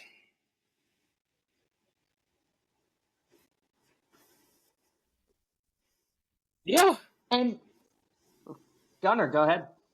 Steve Kerr get re-signed yet? Yeah. Yeah, he did. I was gonna suggest Steve Kerr. Yeah. What happened? Coach. What happened to being fired for political views? The fakest. The fakest. You suck at coaching, so we're gonna fire you. No, we're gonna fire him for political. On second thought, let's extend him. Yeah. What? Yeah, they want him and Curry to ride off into the sunset together, so his coaching career looks actually Hall of Fame. Right. Anyway, you're good. So my thing is, what they should do. I slightly disagree with you, Kieran, because I do think Donovan and Jared Allen should be moved. I think that they should try to get Harden not to sign in on that player option that he has and try to get him for less APV and keep him there with Mobley, because Mobley needs a playmaker. He just does. And that's fine. So if Harden stays there, basically if you trade Donovan and trade Allen, you're getting a whole bunch of assets and you're lowering your APV, you're lowering your cap, and you're being able to now acquire assets for the future, because to me, I think Cleveland drafts really, really well. Because I think the homeboy who didn't even fucking play, Tyson, who I think is going to be their wing of the future, is going to get a whole bunch of minutes next year. And you basically try to find these young playmakers and draft guards to go and try to get and pair with Mobley for the future. My first thought was trying to get either Donovan to specifically Brooklyn, because Brooklyn has the top 6 pick this year, and they're projected to either get Wagler or Darius Acuff.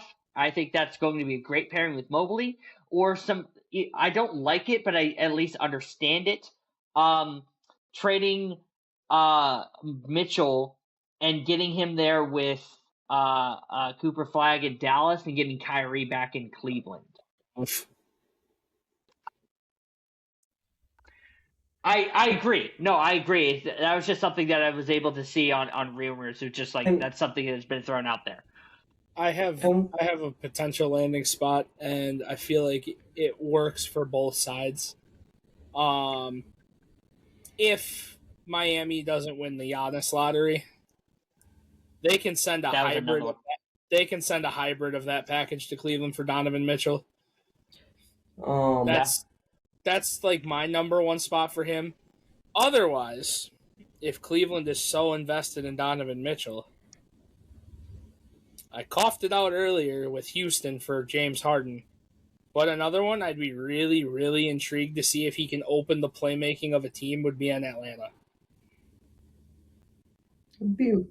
I don't know how that trade works. I don't know what they give up. I don't know how they do it. But we talked about the Jalen Johnson problems, the Jonathan Kuminga problems, the stuff like that. If you can pair them with a playmaker like James Harden, with Nickeil Alexander-Walker being their defensive specialist, I can see that team getting really scary really fast. Otherwise, I mean, we're looking at Harden going to a contender because he's going to not pick up the player option. He's going to want to go play for something. I mean, Kieran, how would you feel about him being the leading playmaker on your team?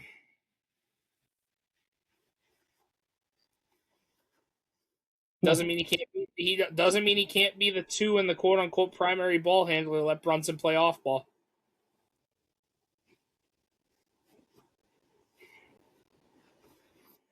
Or on top of that, Jules, we talk about a team that you glazed all season that could really, really use a true playmaker. Send his ass to Toronto. Let him go play with the hybrid 3 and there's so many fits right now for James Harden. People that need point guards. Minnesota needs a point guard in the worst way. Like if he paired up with Ant and was able to play make, I mean, it'd be great for him. It would help him out. I mean, I don't personally want him, but Phoenix could really use a point guard, and they could really use that type of player to elevate Devin Booker going back to an off-ball scorer. So, like, the sky's the limit for a guy like Harden who's looking to go to another team that's a contender trying to go get a championship. Like, I think personally, he's the value piece that people need, not Donovan Mitchell. He's going to be the guy that's going to fetch you more than Donovan Mitchell at this point, as crazy as it sounds.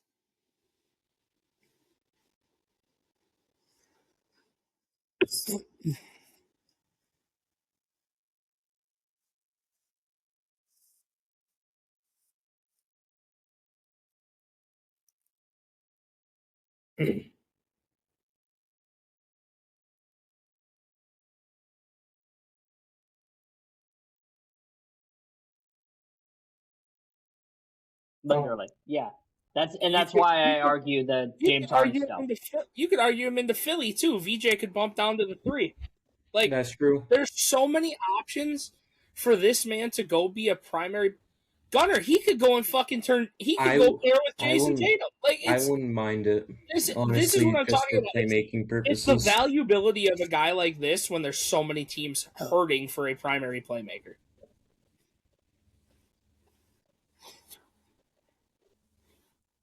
He has to be the primary playmaker.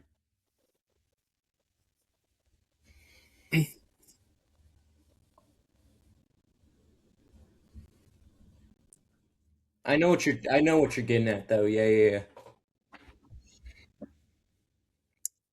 Having to hold the ball. Yeah, he Tatum can play more off ball, which suits him a little bit better at times.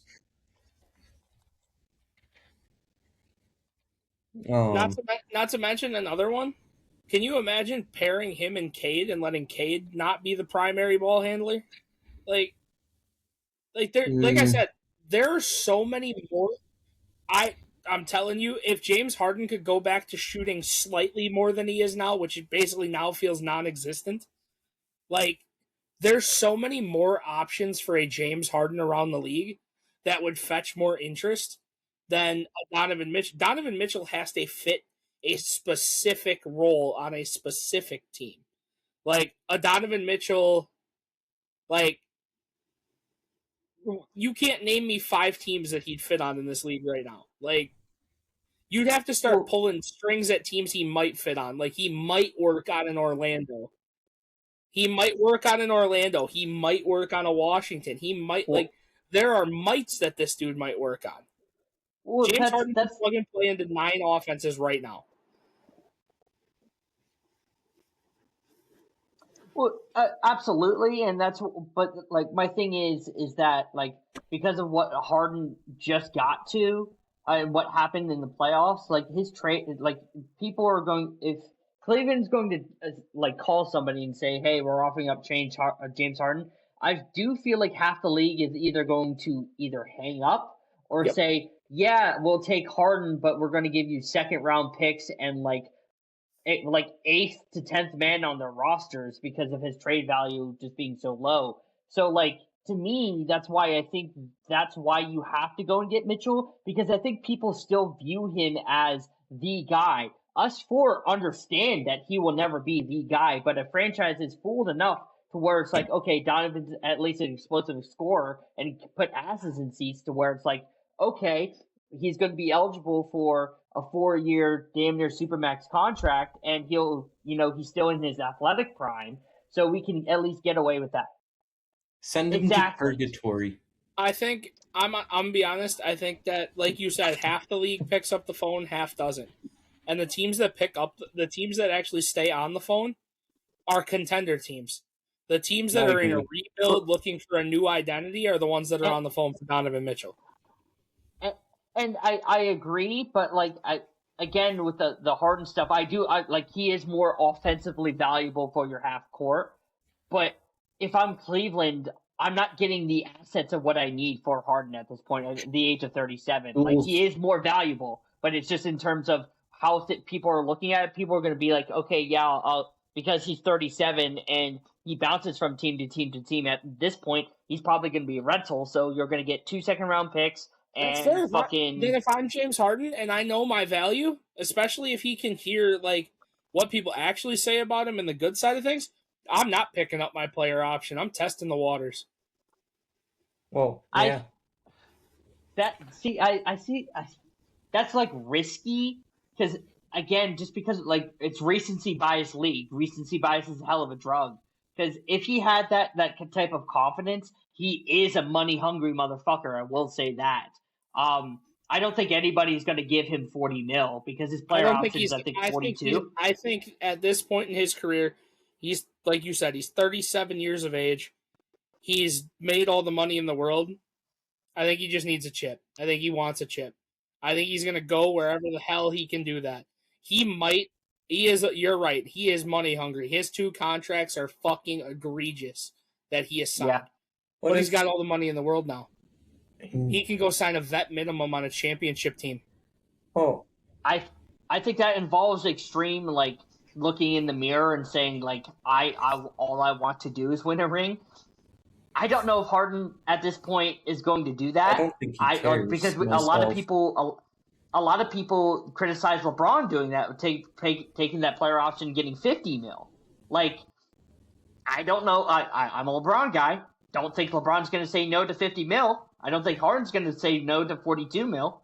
I think that's just more of a personal thing to where if you were the right person and wanted to ring chase, I would do what like the DeMarcus Cousins did with the Warriors in 2019 and Take a sign vet for the minimum. vet min. Yeah, I just don't think at this point in juncture Harden is going to do that. I think in theory that's right. I agree with you. I just don't. I think Harden's just a Honestly, though, money if hungry he's fucker. smart, if he's really smart, though, you pick up your player option, you get your fuck it money for a year. You do exactly what you did this year, and then you go. Because guess what? If the Cavs don't reproduce, they might deal him at the deadline to get the money off the books. Probably. Yeah. And that's what's probably going to happen So- if they don't trade Mitchell, for sure. Hear me I'm out. sorry. I just don't see this team. I don't. Like I said, with I them don't not firing Kenny, I don't see him making a move at all. I agree with Justin, but I got an interesting thing. I don't know how to make the money work, because I'm sure you're gonna have to make the money work with the second apron and all that shit happening in this. Donovan Mitchell to New Orleans for Trey Murphy. I think that'd be interesting. I think it actually puts Cleveland in a better spot than what they are right now.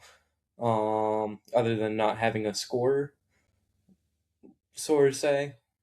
Otherwise, I'm putting Donovan Mitchell in purgatory. What, in South? No, no. I also think New Orleans is purgatory. I think both those places are purgatory. Donovan Mitchell to the Bulls?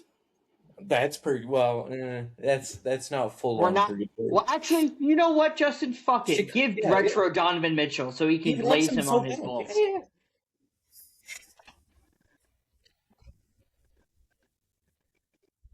Wait. Oh, Literally. it gets better. Wait. Him and Josh Giddey. Yup. Oh, Oh what a my God. backcourt.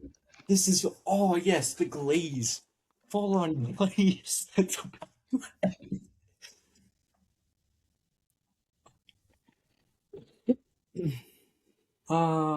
yes, that'd be beautiful. And you know what? Cleveland can still win that trade because I'm a huge Jalen Smith and Trey Jones guy. If That's they ask true. for them, If they hey, get him. Yes. this works out. Yep, Donovan, you are a Chicago Bull. And they have picks. They have picks.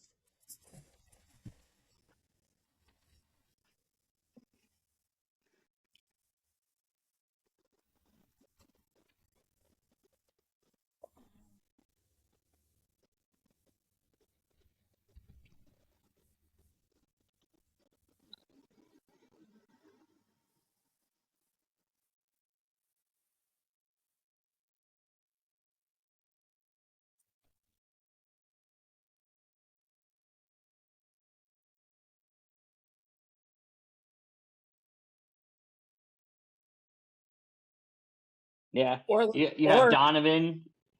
Go ahead. Let's just piss off Pistons fans. They wanted Devin Booker. They can't get him. You guys take Donovan Mitchell. Yeah. I do. I do. Yeah, and with the Chicago thing too, to be honest with you, Cleveland could ask for a couple of their core guys, Montes Buzelis, Jalen Smith. That would put retro in a blender if they traded Buzelis.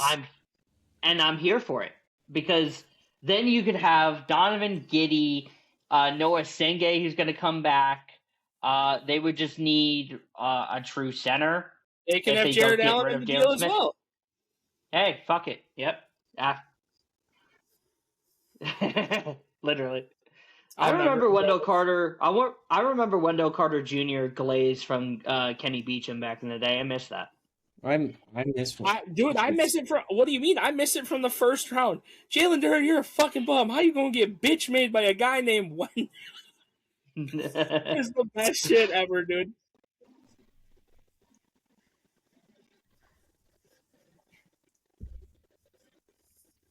No. Oh no! And I like both. I at that time I actually liked Wendell Carter too. Fuck. Am I basketball? If they lose if they lose Wendell Carter in Orlando, they can just play Jonathan Isaac more. Fuck.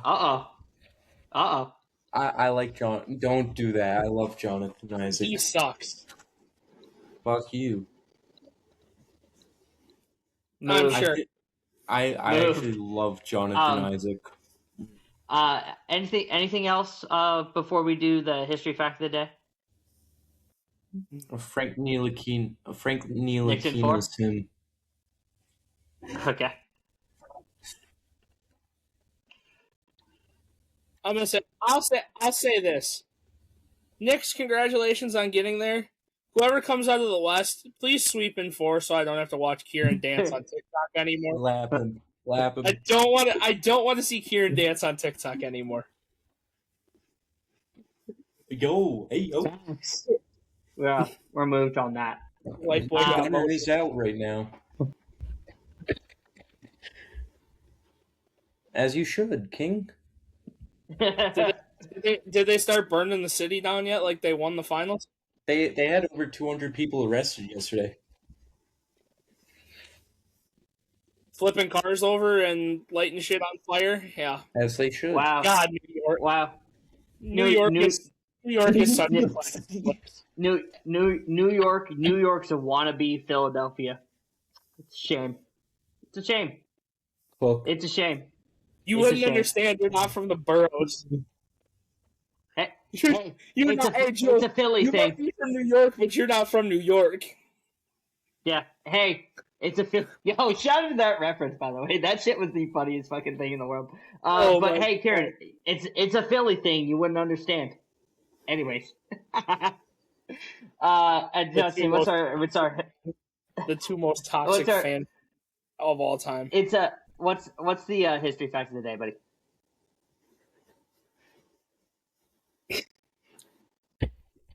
Jules is just from Philly. He doesn't claim Philly. He's not from Philly. He doesn't like their teams. Anyway.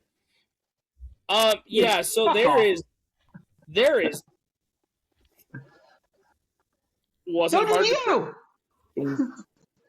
wasn't hard to pick Philly when we hate the Knicks. And I think we literally just hate the city of New York at this point. So yeah, not a lot to pick from on this one, to be honest with you. We'll just use this one, kicking it back to 1968.